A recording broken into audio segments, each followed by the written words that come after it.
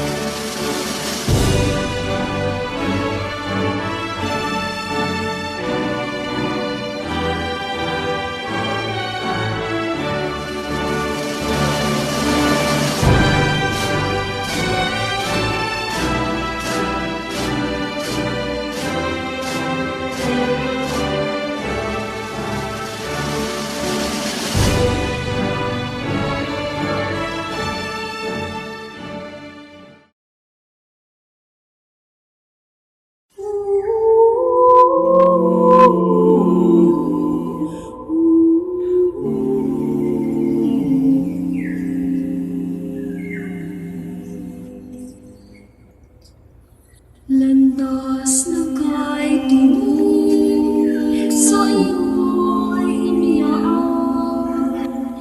Bawat hakbang nito'y dusa't hirap ang laman. Sa kalooban ng Ama, nagpasakop kang ganap.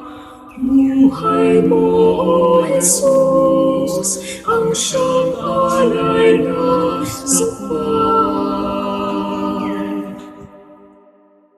Laban sa agos ng mundo, lumakad ka sa landas mo. Laban sa lakad ng mundo, landas na sa ating nais mo.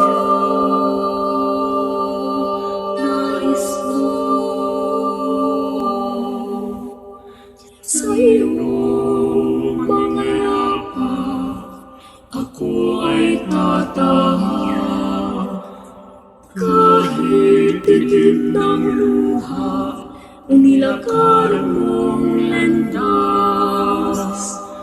Masakit man at usang, dulot ng mundo'y kamtan. Bawat bakas ng iyong mga yapak, bawat hakbang mo'y aking susundan.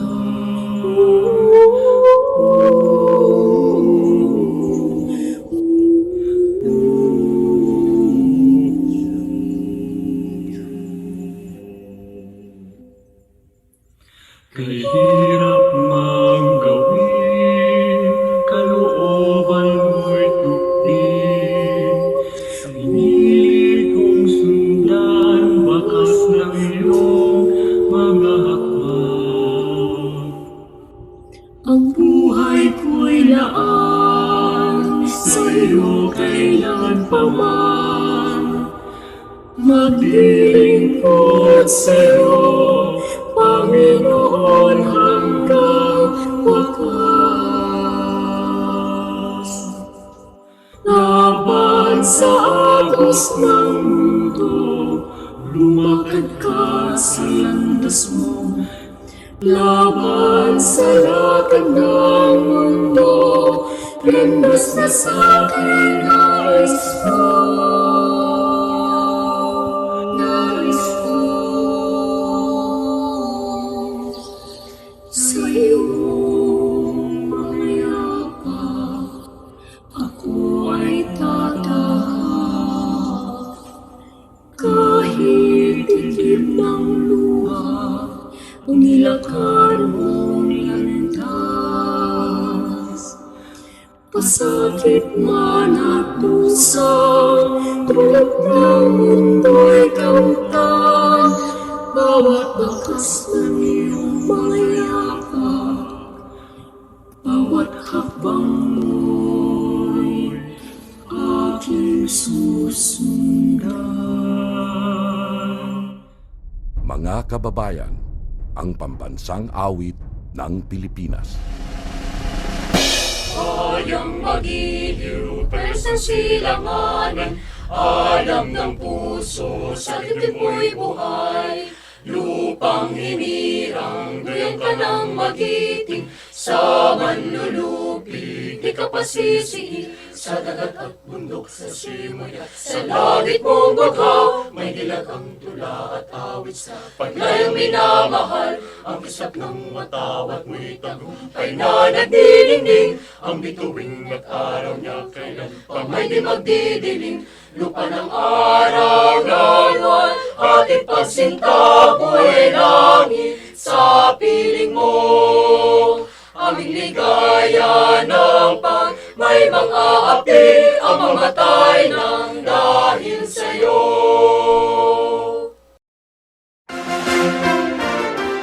Good day, ladies and gentlemen, and welcome to Batangas State University's 52nd Commencement Exercises, the BatStateU Virtual Graduation 2020.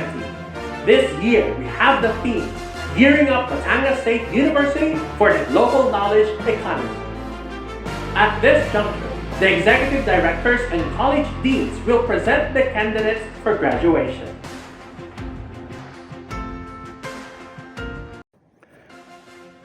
Mr. President, I have the honor to present for your confirmation the candidates for graduation from BatStateU JPLPC-Malvar and BatStateU Lipa City broken down as follows.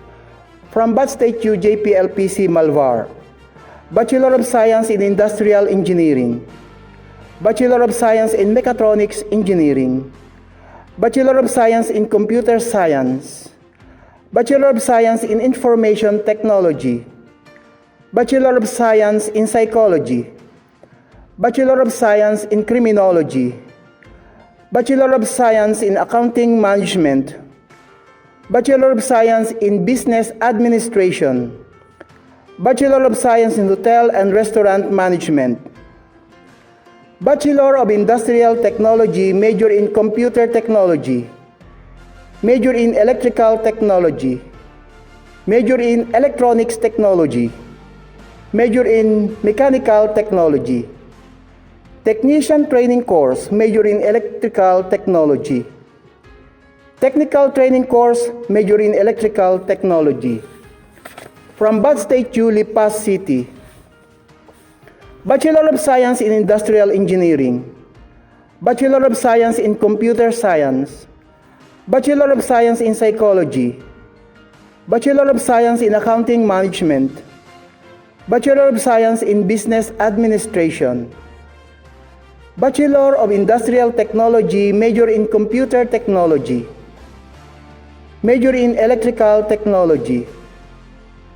Technician Training Course, major in Computer Technology.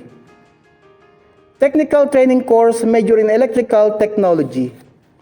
They have successfully completed all the academic requirements of the respective curriculum as prescribed by the Commission on Higher Education and approved by the Board of Regents. Mr. President, the candidates for graduation.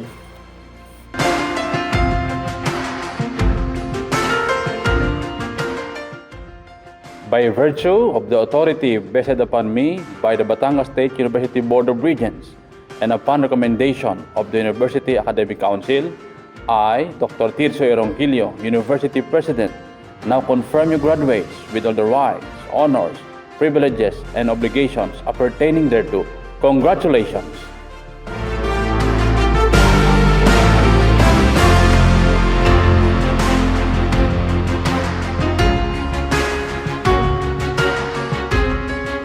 Ladies and gentlemen, it is with great pride and honor that I present to you, for his welcome remarks and the introduction of the commencement speaker, the University President, Dr. Tirso A. Ronquillo. To the honorable members of the Batangas State University Board of Regents, university officials, faculty members and staff, to the members of the graduating class of 2020 and their parents, a pleasant day to all of you. Today, we recognize your achievements, our dear graduates, as well as your parents and your guardians who tirelessly supported you in your academic journey. This event marks another milestone as you inch closer to reaching your goals. The global pandemic has challenged all of us as we continue to find ways to ensure the continuity of services provided by the university.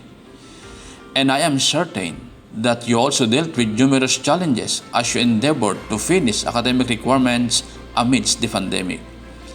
We have witnessed how much effort you have exerted and how tirelessly you have worked towards the realization of this dream of becoming a graduate of Batangas State University. Now, all of this paid off as you bask in the glory of your academic success. This new chapter of our lives opens wonderful opportunities to build new dreams for yourselves and your family. We hope that you always remember that as Red Spartans, we have the noble duty of serving the community and the greater society. Armed with our core values of service, resilience, integrity, excellence, patriotism, and faith, you can still pursue your passions without forgetting our responsibility to the great Philippine nation.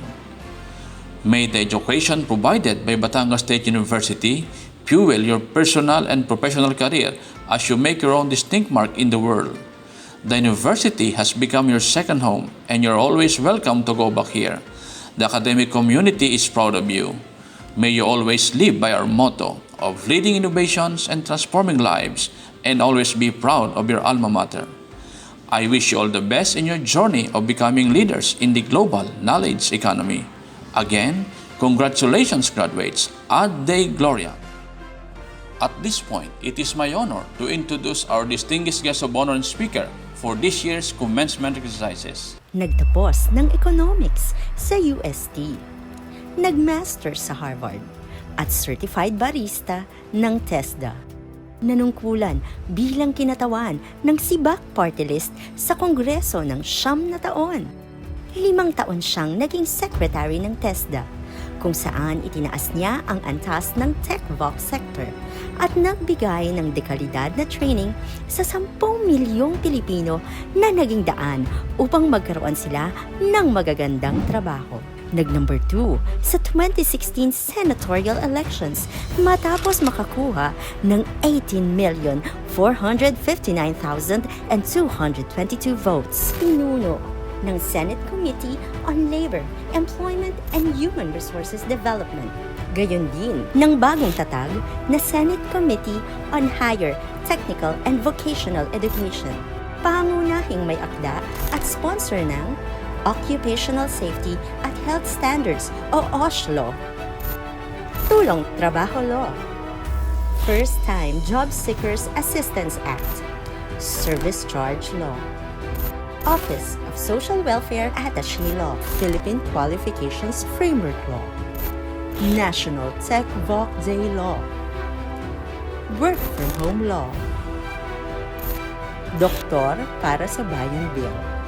Nagsusulong ng makabuluhang polisiya para sa kapakanan ng mga manggagawang Pilipino at patuloy na tumutulong sa mga manggagawang nagipit sa gitna ng pandemya. Ang senador na nakapagbigay na at magbibigay pa ng mas maraming trabaho at patuloy na magsusulong sa sektor ng edukasyon sa Senado.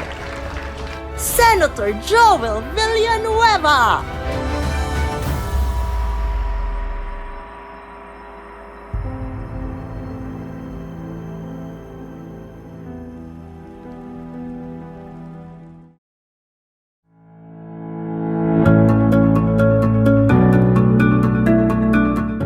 Maganda at mapagpalang araw po sa ating lahat.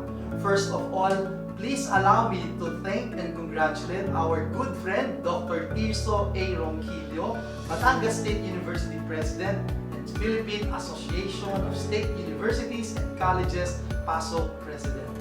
Under his guidance, the Batangas State University received a 3-star rating from the QS Stars University Ratings in March 2020.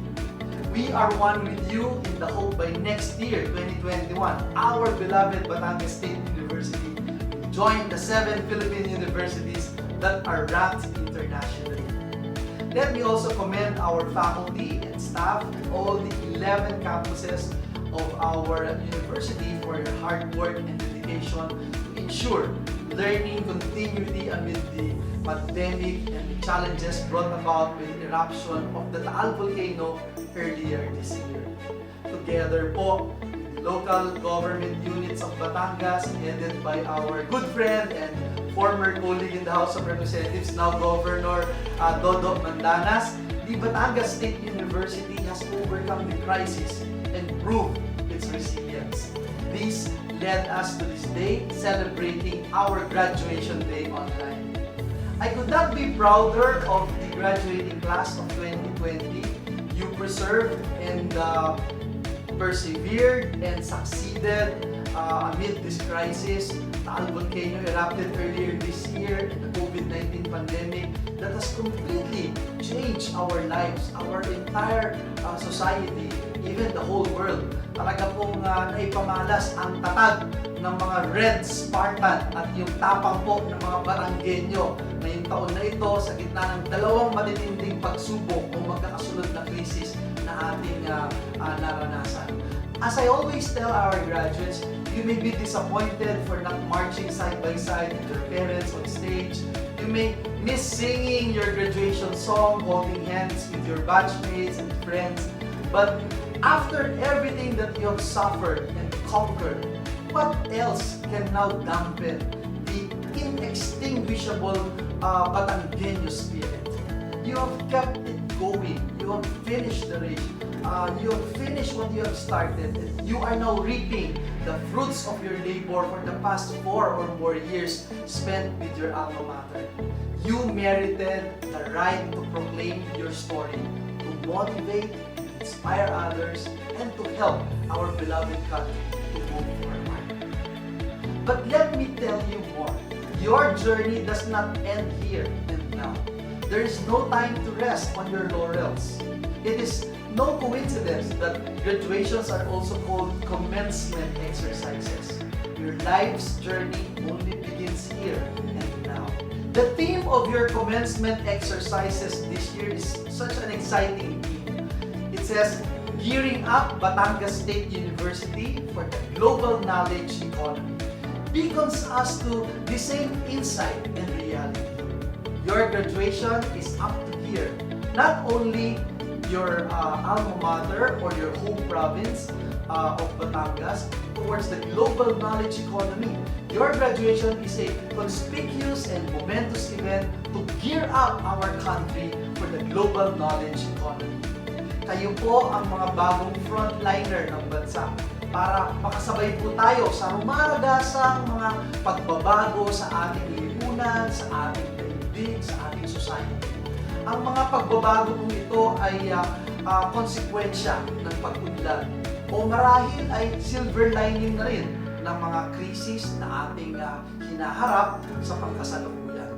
Sa gitna po ng pandemya, hindi po hihinto ang pangangailangan sa edukasyon at pagkatuto, hindi lamang para sa mga mag-aaral kung hindi para sa lahat. Ang edukasyon at pagkatuto ay panghabang buhay. Kaya po, gaya ng palagi nating sinasabi, ang totoong marurunong ay ang mga taong lifelong learners.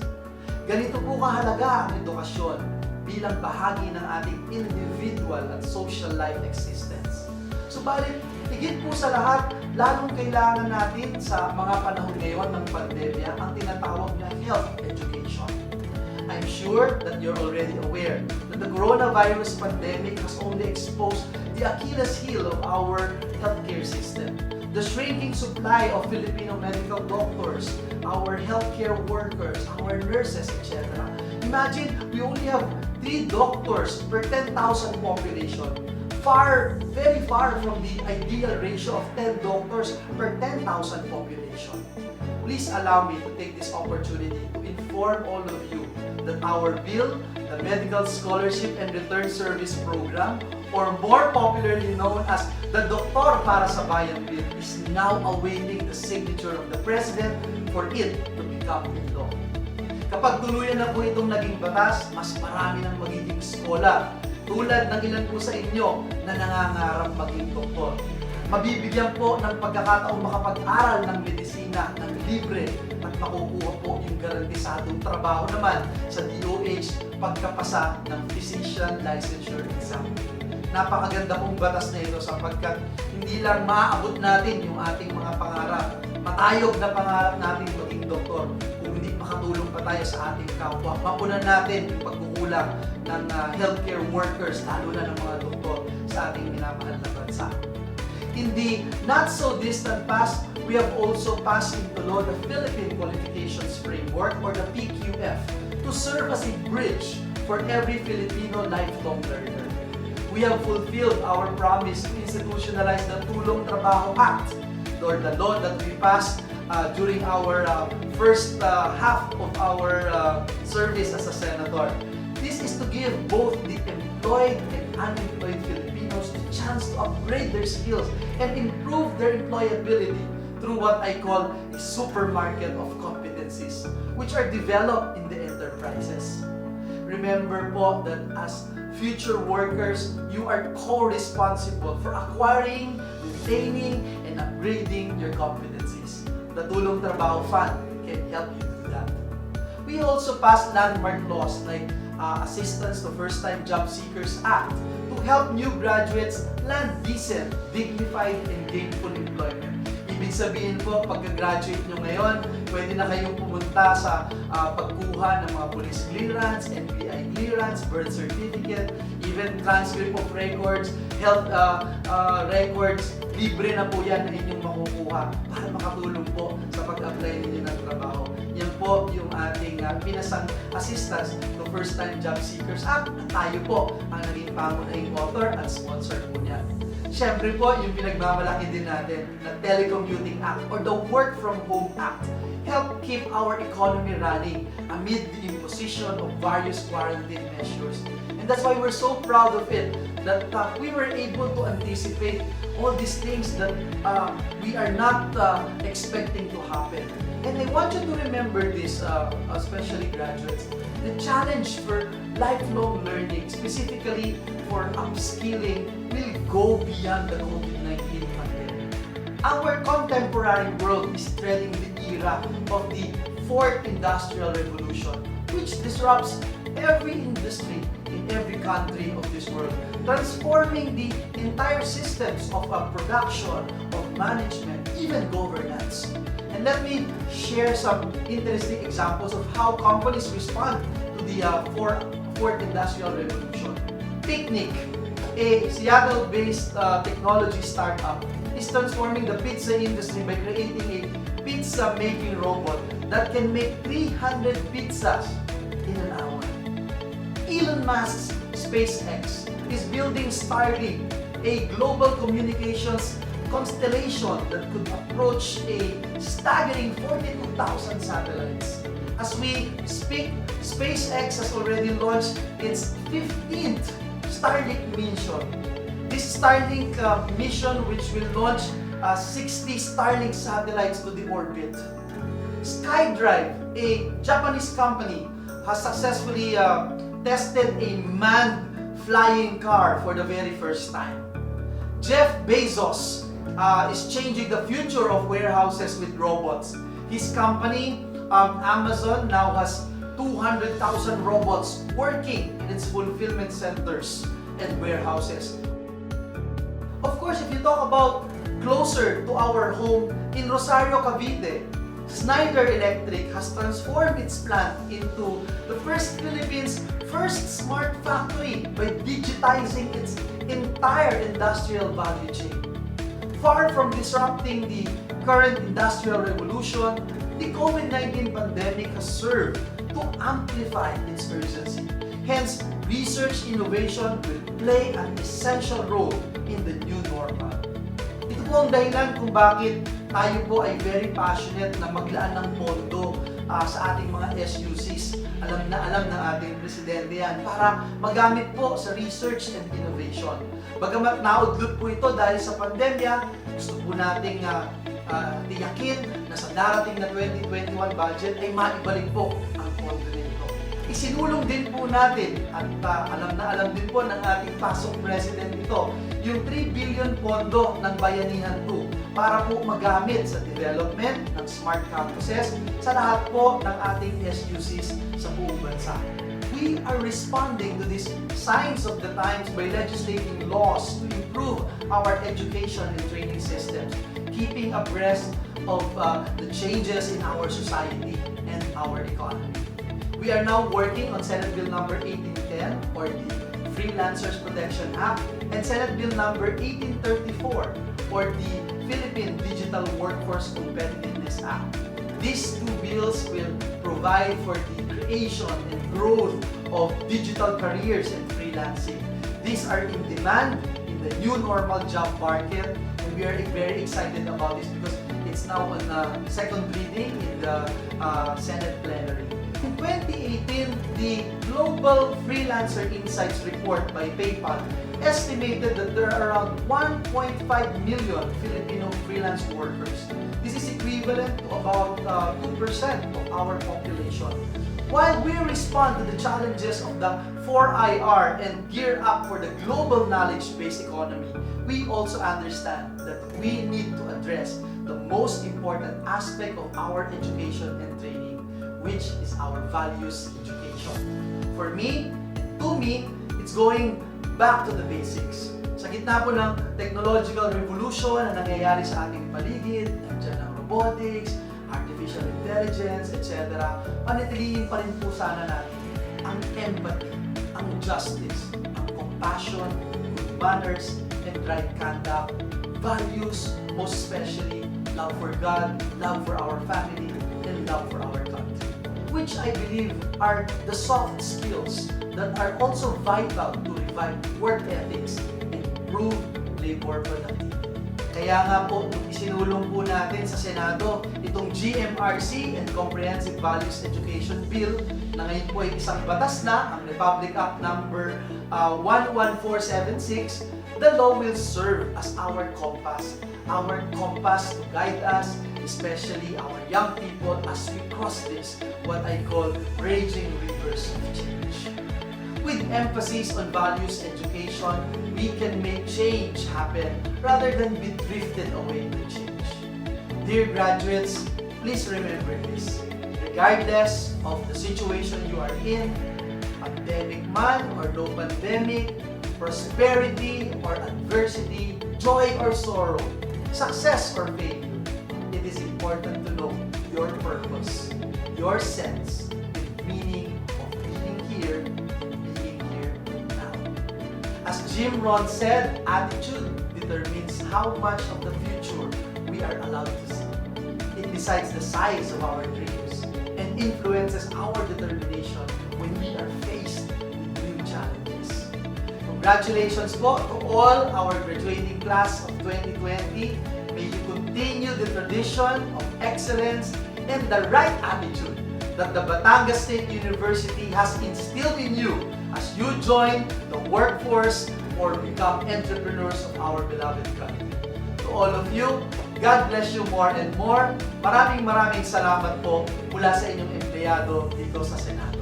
God bless you more.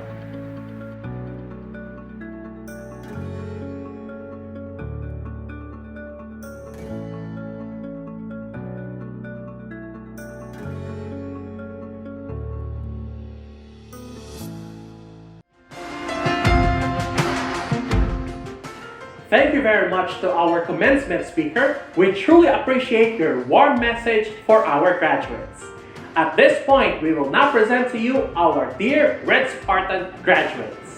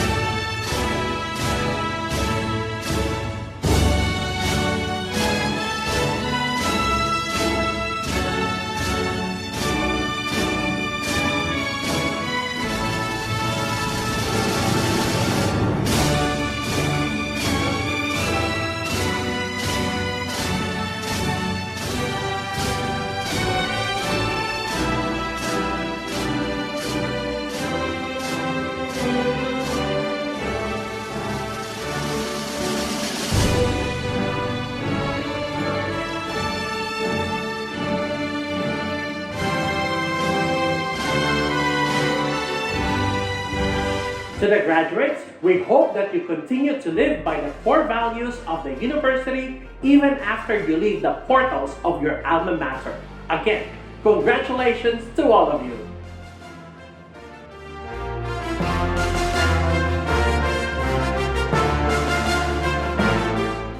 At this point, I am requesting the graduates to stand for the Pledge of Loyalty. With wholehearted gratitude, I pledge loyalty to the Batangas State University. That grants me the honor, rights, and privileges attached to my graduation. I further pledge that I will sustain its corporate vision to the best of my ability and intention, and be proud of it. I will remain loyal to everything that the university stands for and to the ideals it upholds. Finally, I pledge to maintain the dignity that every graduate of Batangas State University holds up high with pride and humility. So help me God.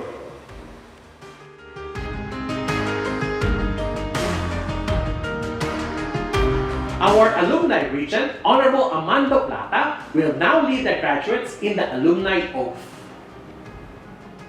I, a new member of the Alumni Association of Batangas State University, do hereby solemnly swear to the best of my ability that I will discharge faithfully the responsibilities of my membership in this federation, uphold and defend its constitution and bylaws, do justice to every member, consecrate myself to its objectives, and be forever loyal and true to my alma mater. So help me God. Thank you.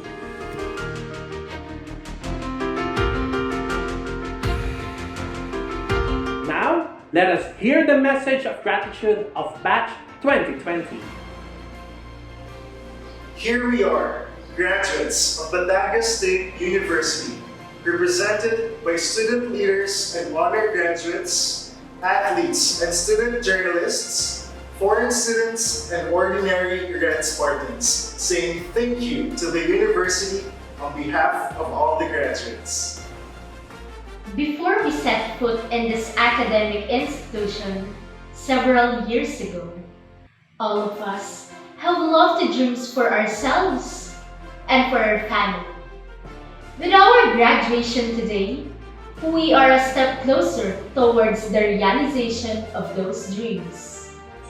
However, it is my firm belief that whoever dares to dream must never cease to learn. Changes are bound to happen, and we must continue to be ready to respond to changes. I would like to thank everyone for helping us in the process of learning. First, we thank the Lord our God, the true source of all wisdom, our greatest refuge and strength. It is through the grace of the Almighty that we are here today, and it is befitting that we give back all the glory to the Lord. We thank our parents, guardians, and relatives who supported us as they serve as the extension of God's love. They deserve a warm round of applause as much as we do, because they are the real wind beneath our wings. We also thank the parents of our classmates who warmly received us in their home for overnight sessions when we were doing our group work or finishing our thesis. You welcomed us into your home, and we will forever be grateful. We would like to thank our mentors, the faculty members who molded us, who told us to dream more and be more, who showed strong determination, patience, and genuine concern. Thank you for making us a better version of ourselves. We thank the people who are hardly remembered but are instrumental in our university life. The staff of the Dean's Office, the maintenance personnel, and the people at the photocopy center, computer shop, and bookbinding facility. We thank all of you whom everyone seems to forget or simply takes for granted. You are the true unsung heroes behind our success. You epitomize hard work and perseverance, and we are grateful for your services. We thank the staff and personnel of the university, especially those providing frontline student services, for grinding it out despite the demands of work, and for always being ready to lend a helping hand. We thank the organizations and student associations we have been part of for teaching us valuable life lessons. Our advisors, officers, and ordinates help build the person we are today. Braver, stronger, kinder, and wiser. Our university life was more colorful and memorable because of you. We thank our classmates for sharing with us the laughter and the tears, for pushing us to be better, and for picking us up every time we fall. You always have our back, and we always have yours. With you, we have found family. Thank you.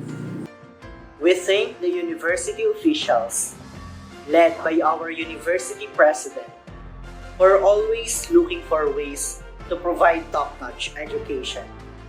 We are scholars of the state, and we thank the university for being a wonderful instrument for providing the quality of education that the country deserves. It is befitting for true scholars like us to give back to the university and to the country as a sign of gratitude. Now more than ever, the Philippines needs us, a new breed of graduates who cut across barriers to pull together whatever it takes to help the country. To my batchmates, let us all remember that we will play a different role after today.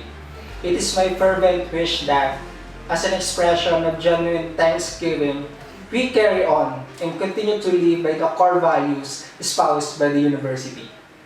We have been equipped with the necessary skills, and so we must use these skills to make a difference, make our distinctive mark in society and in the lives of people we come in contact with. As graduates of Batangas State University, we have what it takes to be uniquely distinguished as a Red Spartan and as a Filipino. Let us continue to be a man for others, always grateful to our roots and faithful to our motherland.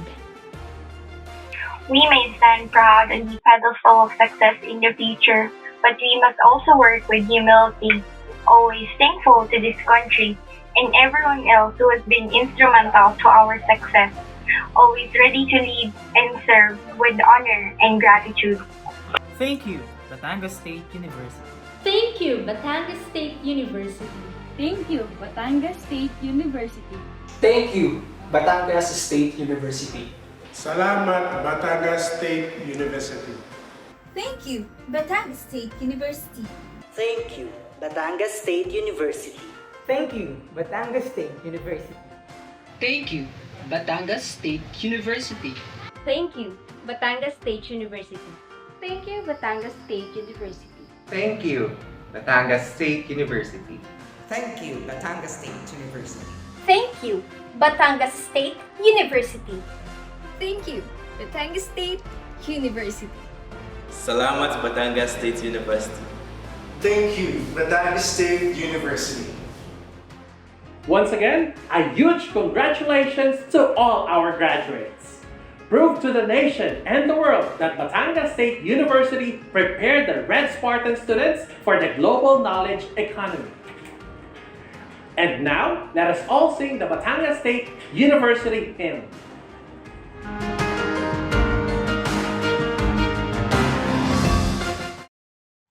Hail to you, dear BatStateU, hail our alma mater, onward to the sunrise, onward to the best. With dignity we'll carry your name. We shall defend your honor and your vision to the nation and the world.